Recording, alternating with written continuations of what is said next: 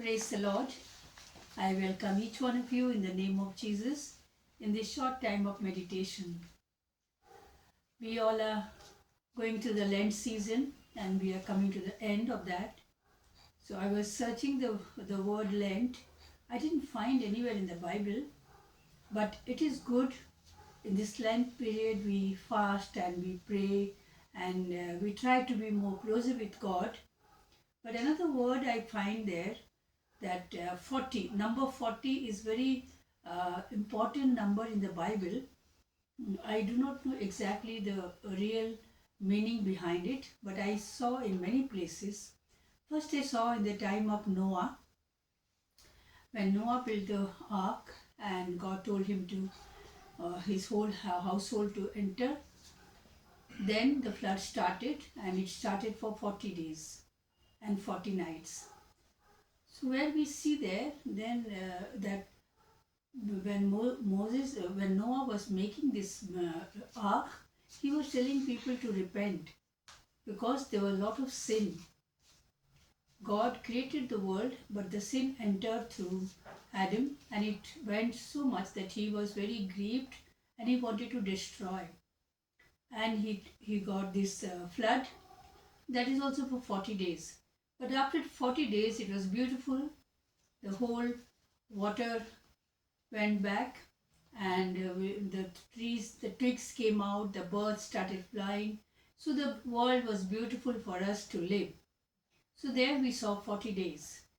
The next we see the 40 number in the life of Moses. When Moses was taking the Israelites from Egypt to Promised Land, he took 40 years, which was about 11 days journey. So there also we see 40, number 40. And in the same ways, we can see in Exodus, when Jesus called Moses for his work, when God called Moses for his work, he was 80 years old. And he left the palace when he killed the Egyptian, then he was 40 years old. That means it's 40 and 80, that is the difference between that 40 years. Now 40 years, when we look back, and I was thinking about Moses' life, he was born in the palace and he grew up as a prince, and he learned all the habits and all the rituals and all the rules and regulation he learned in the palace, and he grew up as a prince because he knew that he is going to lead the nation. But God changed the whole thing and took him to the wilderness. And he went to the wilderness, then he stayed with his father-in-law's house, Jethro, and he became a shepherd.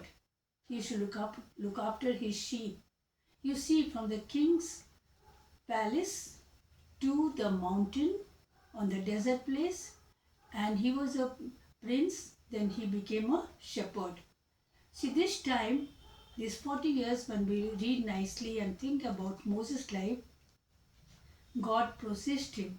God humbled him because he was king's son, so he was proud and he had a lot of knowledge. So God said, all these are like filthy rags, we see in the Bible, and made him a shepherd, and then he used him for his work, taking the whole Israelites to the promised land. So here we see also the 40. Again we look in Kings, 2nd King in books, we see Elisha, the prophet Elisha, when in the time of King Ahab, the Queen Jezebel, he killed many prophets.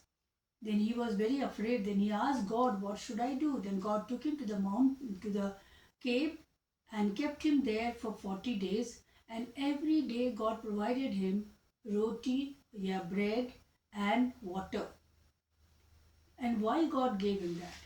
Because after 40 days, he had got, because every day God used to tell, get up and eat this bread and water so that you get strength, because he had to fight and kill many prophets of the Baal.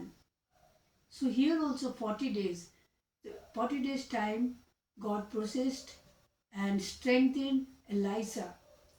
Another incident we see in the life of Jonah.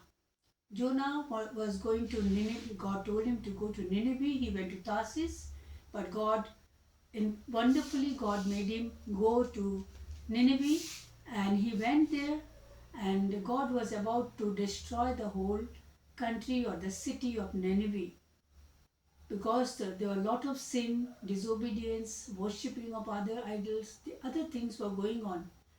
So God said, I'm going to destroy you, go and tell them. And Jonah went and preached there for 40 days. Again, we see the number 40. And when he preached there for 40 days, we know when we read this chapter, chapter 4, we read, then we see the king, all the animals, children, men, women, everybody fasted and prayed and cried and repented of their sin, and God changed them. God changed his mind and saved them. He did not destroy Nineveh. And we see in the Bible, that day 1,20,000 people were saved. This 40, again the importance of 40 we see here. But when we come to the New Testament, then we see Jesus. Jesus also fasted for 40 days. We do not know much about Bible, but his birth is very clear in all the Gospels. We all know it. And we also know that in the age of 12, he was in the synagogue, sitting with the Pharisees and Sadducees and the high priest and discussing about the Bible and about all the books. After that, it was not written what he did, but when he was coming for his spiritual work, for the mission for which he was sent from heaven to earth, so he wanted to have strength and blessing from God. That is why he went to the wilderness and he fasted and prayed for 40 days. And then he got the strength, and then he started preaching. After that, he started preaching and doing all the miracles, started preaching in the villages and mountains. Here we see Jesus' life. This 40 days he fasted. It was not before his crucifixion. It was before his going to the spiritual work, for his spiritual journey. See, here we can see when God wants us to do his work, he gives time. He gives some time, not 40 days, 40 years, 40 hours. He gives some time for us to process ourselves, to clean ourselves, so that we may be presentable in the sight of God, so that we can do his work. So that is why Jesus fasted. And at the same time, Jesus also taught us how to fast and pray. See, fasting and prayer in the Bible, we see in Matthew chapter 6 is written there very clearly. When you fast, don't tell anybody that you are fasting. Don't show that you are very sad. You be normal. Put oil in your hair, means comb your hair, be tidy, be neat, wear good clothes, clean clothes, and spend time with God. Fasting and prayer. That prayer has a meaning. Many people fasted and prayed and got the answer. I'm sure you all have experienced this, the fasting and prayer. The fasting is very important, those who can do it. And prayer, God said, pray without telling anybody. Sit in the corner, sit in your room where nobody will disturb you.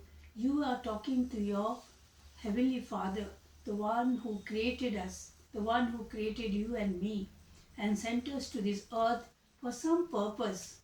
So we don't have to fast for 40 days. We don't have to fast for a week. We don't have to fast for anything. But God said, whenever we need to come closer to God and we know that God wants to speak to us, then we can do fasting and prayer. Fasting and prayer is very important in a believer's life. And that time we can spend, when you are fasting and when you are praying, spend time with God, reading his word. The word is a living word. It has got lot of meaning. When we read Bible, it has got lot of mysteries, lot of lot of knowledge we have to understand and follow. So that is why we have this Lent period. It is good. It is in our Christians circle we have this time of 40 days for fasting, but it is not compulsory. It is not necessary. We can fast any time in a year. We can pray any time in a day or any time in a year because we are talking to our Father. So that is our main purpose. To clean ourselves, we can fast and we pray.